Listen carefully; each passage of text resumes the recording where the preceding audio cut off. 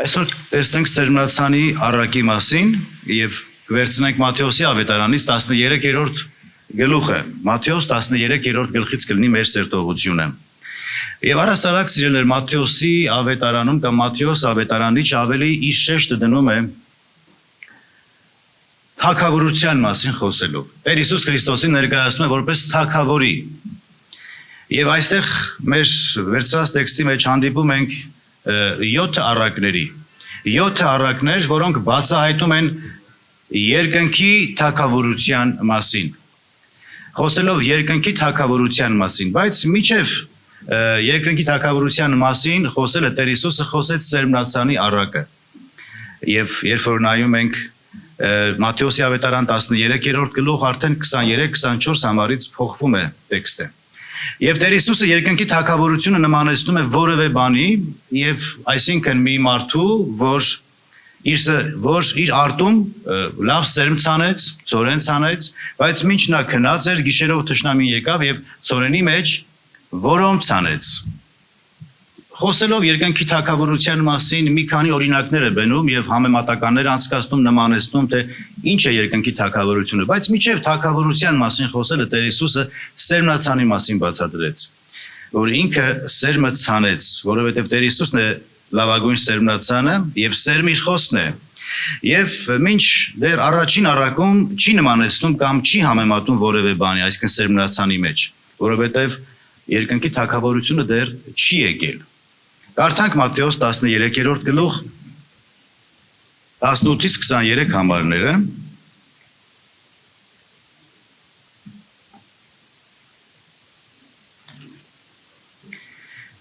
Ուրեմն լսեցեք Սերմնացանի առակը, եթե մեկը լսում է թագավորության խոսքը եւ չի հասկանում, չարը գալիս է եւ հափշտակում է նրա սրտի մեջ սերմնանվածը։ Սա այն է, որ ճանապարհի եզրին սերմանվեց։ Իսկ քարքարոտ տեղում ցանվածը նա է, որ լսում է խոսքը եւ ուրախությամբ ընդունում է այն, բայց իր մեջ ալմատ չունենալու պատճառով ժամանակավոր է եւ երբ նեղություն կամ հալածանք է ծագում, խոսքի պատճառով իսկույն գայթակղվում է։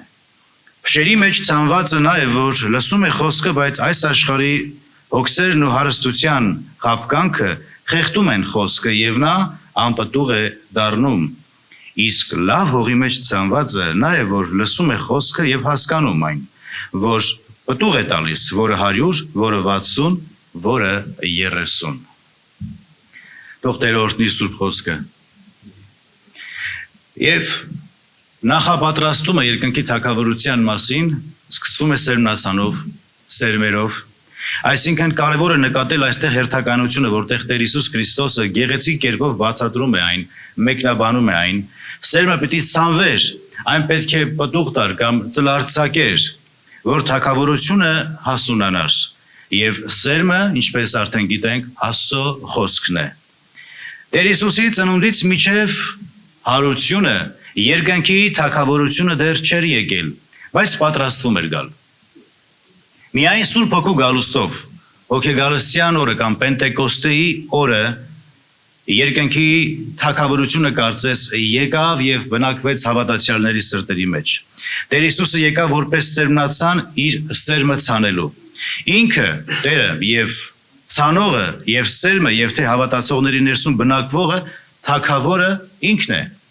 Թե սերմը, թե ցանողը, թե մեր մեջ բնակվողը ինքն է։ Այս երեքն էլ միառժամանակ Տիրոջ ներկայությունն է։ Սերմնացանը,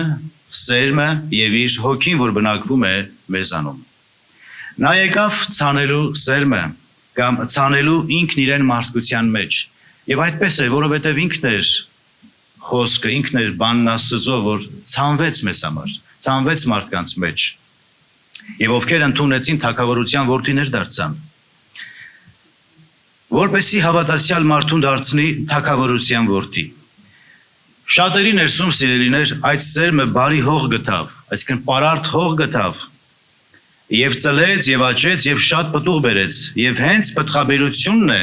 որ ապացուցում է կամ ցույց է տալիս թագավորությունը հավատացյալների մեջ։ Այս բանի համար նա ասաց Մատթեոսի ավետարան 4 գլուխ 17 խոսքը հիշենք։ Ապաշխարեցեք ասաց, որովհետև մոտեցել է երկնքի թագավորությունը։ Սկսած Հովանես Մկրտչի քարոզչությունից եւ Տեր Հիսուս Քրիստոսի քարոզչությամբ եւ առաքյալների քարոզչությամբ եւ առ այսօր հավատացյալները այդ են քարոզում, ապաշխարեցեք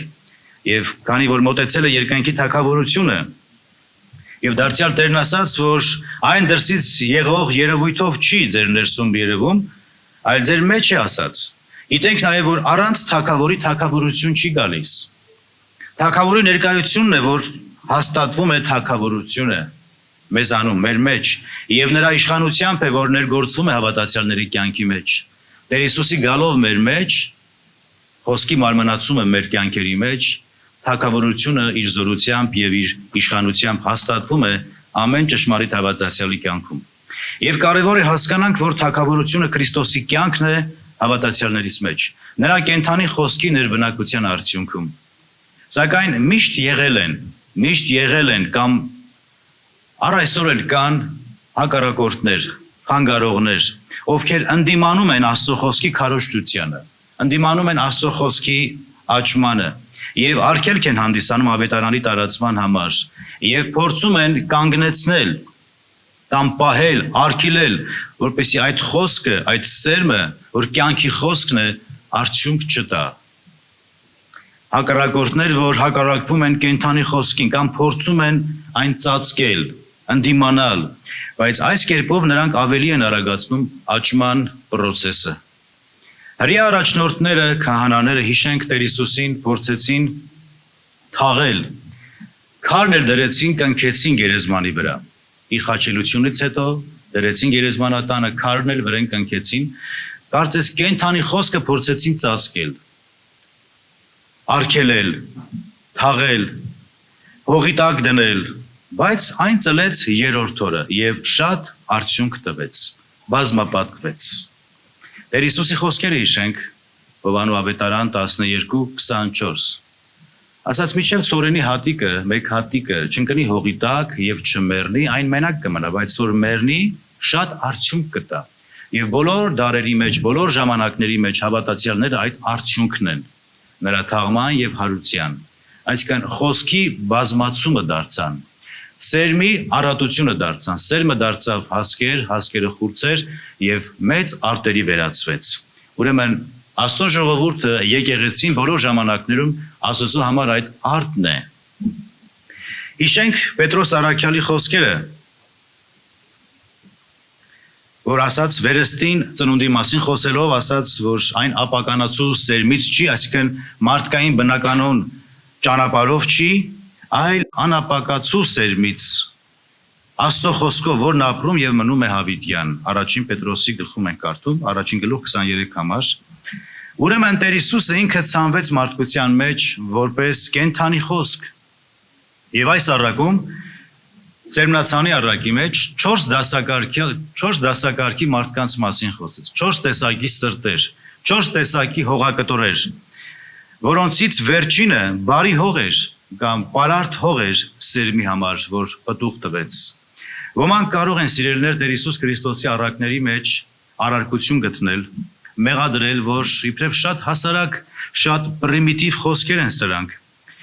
Եվ ասեն ավելի լավ ուսմունք չկար Տեր Հիսուս մեզի սովորեցներ, ավելի խորը, ավելի փիլիսոփայական խորությամբ, որ սուր զգացումներ ապրենք, ավելի զգացումներով լի վիճակներ ունենայինք,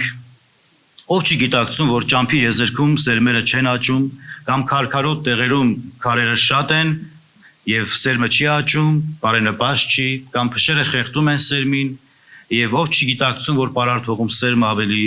լավ է աճում, եւ այդպես շարունակ կարող են հակառակվել եւ առարկել։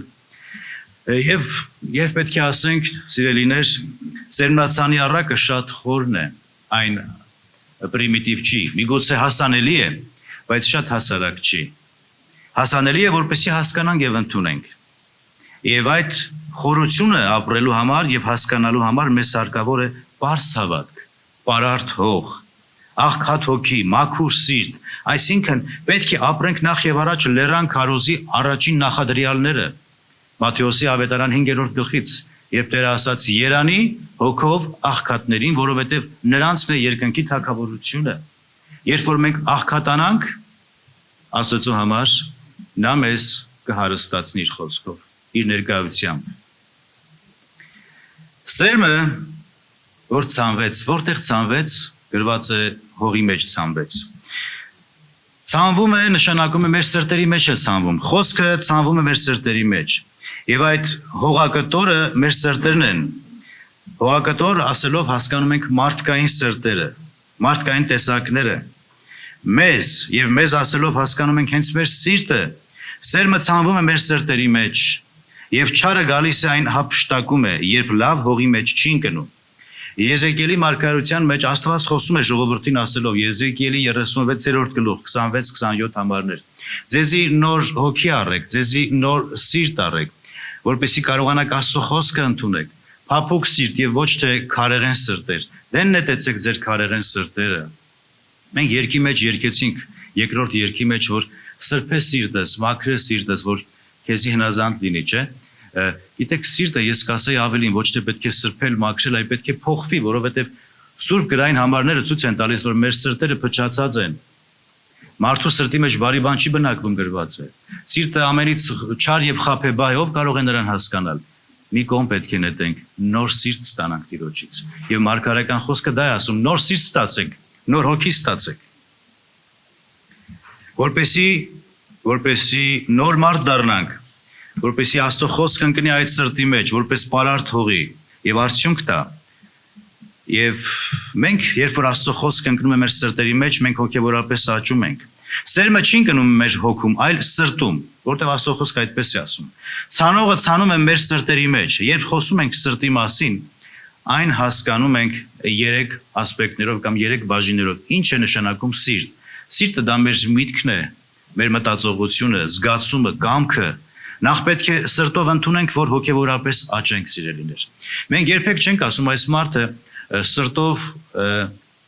հասուն մարդ է, ասում ենք հոգեորապես հասուն մարդ է, կամ սրտով աճում ենք, չէ, հոգեորապես աճում ենք, բայց սիրտն է միջոցը հոգեորի վրա, որ ազդեցություն է թողնում։ Այսինքն սիրտը այն հողակտորն, այն դաշտն է, որտեղ կայանում են որոշումներ, առնվելիք քայլեր, բայց արդյունքը տեսնում ենք հոգու մեջ։ Երբ մենք ընդունեցինք Տեր Հիսուսին մեր կյանքերի մեջ եւ բացեցինք մեր սրտերը նրա առաջ, արդյունքում Տերը իր հոգիով բնակվեց մեզանում, մեզ տալով նոր սիրտ, նոր հոգի եւ տեղի ունենում փոփոխություն։ Դառնում ենք նոր մարդ Քրիստոսով, բայց կարևոր է հողակտորի դիրքը։ Արդյոք այն պատրաստ է, լավ հող է, եւ եթե լավ հող է, ուրեմն պտղաբեր կլինենք, ուրեմն սրտից դեպի հոգեվոր աճման կհասնենք։ Սիրտը միջոցն է մեր հոգեվոր հասունության եւ աճման համար։ Եվ շատ կարևոր է միջավայրը։ Միջավայրը մեծ ազդեցություն ունի։ Այսօր առավոտյան կնոջս հետ խոսում էինք Արմինեի հետ, սուրճ խմելու ժամանակ։ Սունկից ենք խոսում, որ սունկ ինչ տեղերում է աճում, եւ ես հիշեցի, որ փոքր էի, երևի Սարգիսի տարիքին, 10-11 տարեկան, մենք մեր մոտ անտառ կար, մոնումենտի անտառը։ Այնտեղ ընկած ծառեր կային եւ նրանց վրա սունկեր էին աճում ուտելու, շատ պարատ, յուղալի, այդպես, հիմա չկան այդ անտառները։ Եվ ես գնում հավաքում էի երեխա ժամանակ եւ ես մի անգամ գնացի տեսա սունկ չկա, հասկացա, որ մեկը ինձանից շուտ է եկել հավաքել։ Ես որոշեցի այդ ծառի կտորը բերեմ մեր բակը դնեմ, մեր տան մոտ, որպեսզի ոչ մեկ չվերցնի, չգողանան, մենակ ես վերցնեմ այդ սունկերը։ Բայց երբ որ բերեցի, էլ չաճեց սունկը։ Ասածս ինչ է, որ միջավայրը շատ կարևոր էր։ Այդ ընկած ծառը պետք էր այդ խոնավ անտառի մեջ լիներ, որպեսզի իր պտուղը տար։ Որտեղ ենք մենք։ Որտեղ ենք մենք պտուղ տալիս եւ Աստված որտեղ է ուզում մեզ տեսնել, շատ կարևոր է սա, սիրելիներ։ Առաջին հերթին ճամփեզրին ընկածները։ Մենք 4 տեսակի հողակտորի կամ 4 տեսակի սրտերի մասին խոսեցինք։ Այս աշխարհի անցուդարձը ճամփեզերքներն են, որտեղ սերմը իր լավ տեղը չի գտնի։ Հետևաբար արդյունք էլ չի տա, քանի որ աշխարհի զբաղվածությունները, հարստությունը, դրան շահելու հետևից ընկնելը, առևտուրը, քաղաքականության մեջ խորանալը, պաշտոնները եւ այլն, ինչը որ աշխարհը հարամցնում է, մարդուն զբաղեցնում են, սիրելիներ, եւ Հիսուսի համար ժամանակ չեն գտնում։ Եվ հոգին եւ սիրտը զբաղեցնում է աշխարհը։ այլ հարստություններով, այլ գործերով, այլ մտքերով եւ սերմի համար պարարտ հող չի մնում։ Այդ բոլոր հողագտորները տրամադրվում են ուրիշ բաների համար եւ սերմի համար հող չի լինում եւ երկնքի թռչունները գալիս են եւ հափշտակում են այդ սերմը։ Մատթեոս 13:19 Երկնքի թռչունները պատրաստ են հափշտակելու։ Մեզ հարկավոր է լինել հոգով աղքատ, շատ կարճ եւ շատ հասարակ բառ է, չէ՞, հոգով աղքատ։ Բայց Աստծո խոսքը ասում է Երանի հոգով աղքատներին։